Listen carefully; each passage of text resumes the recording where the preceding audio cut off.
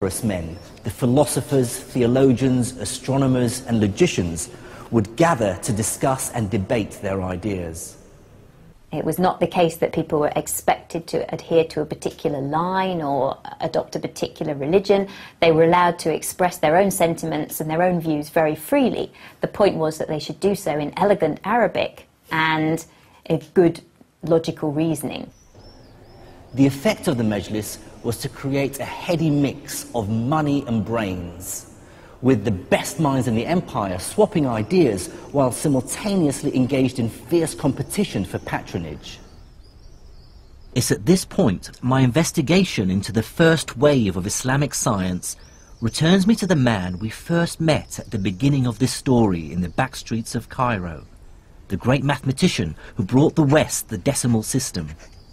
Out of the very heart of this intellectual whirlwind came Al-Khwarizmi, mathematician, astronomer, courtier, and favourite of the Caliph Al-Ma'mun.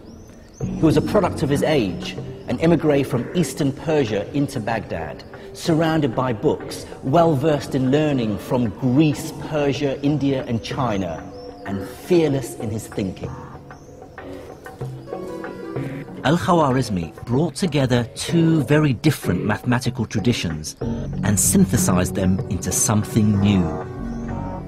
The capacity to have on your desk simultaneously two very different kinds of mathematics presses on models of what counts as calculation, what counts as measurement, and I think accelerates the process of intellectual change. The first of these traditions came from the Greek-speaking world.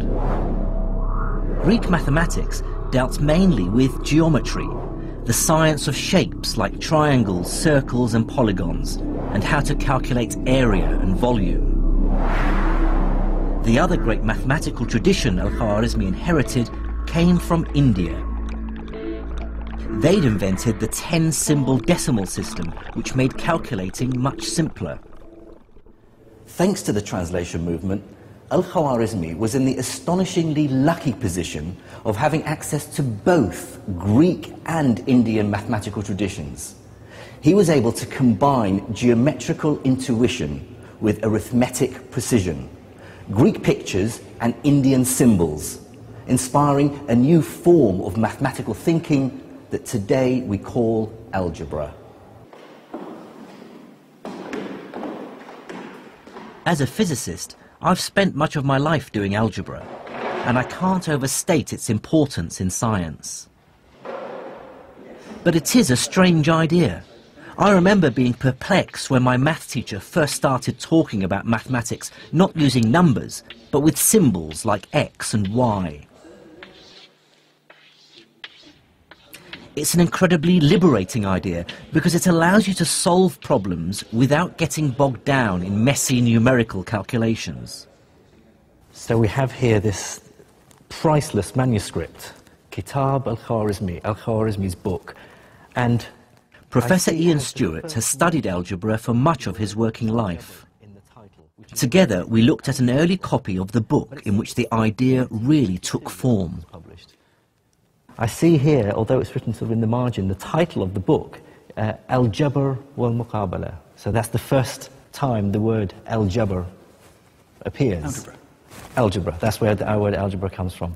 Now, what I found very early on is that he said, I discovered that people require three kinds of numbers, judur wa amwal wa adad, so roots, squares and numbers. So what is he trying to do here? This is what we would now call x and x squared.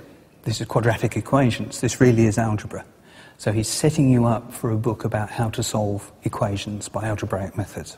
Okay, now quadratic equations I thought were around and being solved long before Khwarizmi, back to Babylonian times. So, what's the big deal about this book? It's the point of view. He treats root and square as if they're objects in their own right.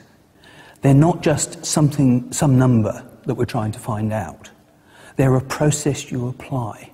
What Al-Khwarizmi is thinking of is square means take the root and multiply by itself. And that recipe is true whatever the root might be. If If it's 5, it's 5 times 5, it's 25. If it's 3, it's 3 times 3. He's giving you a general recipe, now called an algorithm, after him. Right, the algorithm comes from... It comes from... It's another word that comes from Al-Khwarizmi, yes. Now, he talks about this procedure here on the next page. You take the number multiplying the root, and then you halve it, and then you multiply it by itself. Then you add it to the other number and take the square root. That's the algorithm, is it? That's right, and this is where you see the difference, because previous writers on the subject would have said things like, take half of 10, which is 5, square that, which is 25, and then they do another problem, take half of 12, which is 6, square that, which is 36, and they'd run you through this same process over and over again with different numbers, and it would be up to you to infer how to do it on the next problem. But he doesn't do that. He doesn't do that. He says, take half the root. Whatever the root is, take half the root. So half the root is actually an object. If the root is an object, half the root is an object. So you don't have to have in your mind what that root stands for. You can forget about what it stands for. When you come to square it, you just know, OK, I should square this thing. I don't care what the thing is. So you abandon temporarily this link with specific numbers, manipulate the new objects according to the rules that his book is explaining, and then the numbers that these objects represent in your particular problem will miraculously appear at the end, and you'll end up with x equals 3, or whatever it is. So how revolutionary do you regard Al-Khwarizmi's work?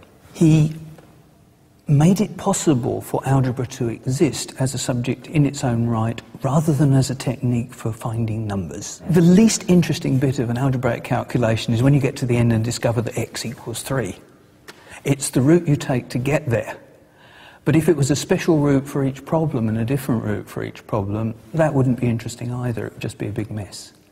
There's this beautiful general series of principles, and if you understand those, then you really understand algebra.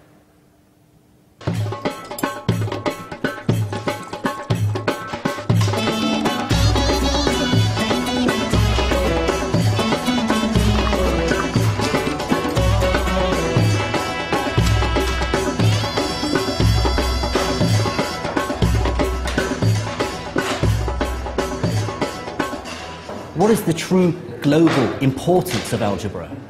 It's been used throughout the ages to solve all sorts of problems. Let the mass of the cannonball be m. Let the distance it has to travel be d.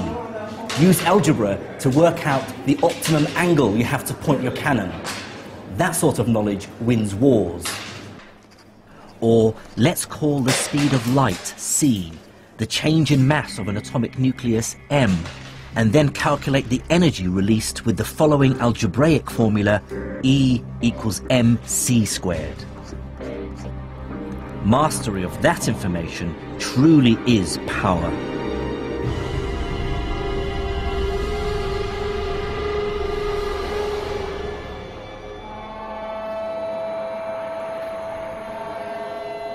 Algebra has helped create the modern world. Our science is unimaginable without it. It sums up so much that was remarkable about medieval Islamic science, taking ideas from Greece and India, combining and enhancing them.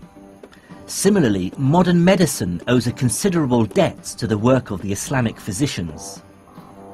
But I think the real story of what happened to science in the Islamic world in the 8th and 9th centuries tells us more than any single discovery. What it really tells us is about the universal truth of science itself.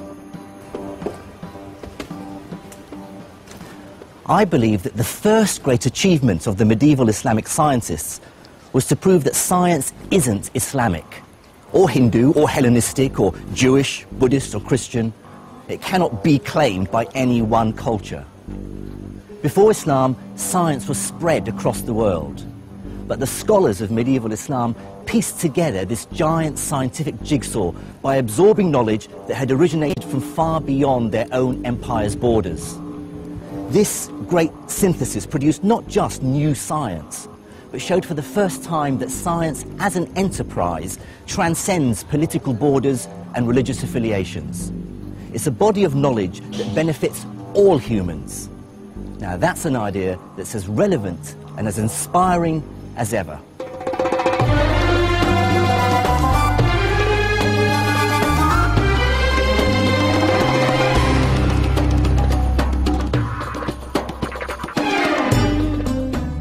In the next episode, I investigate how one of the most important ideas in the world arose in the Islamic Empire.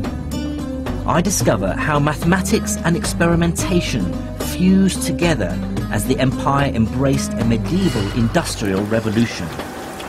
And in Cairo, I find out how these ideas led directly to today's world of science and technology.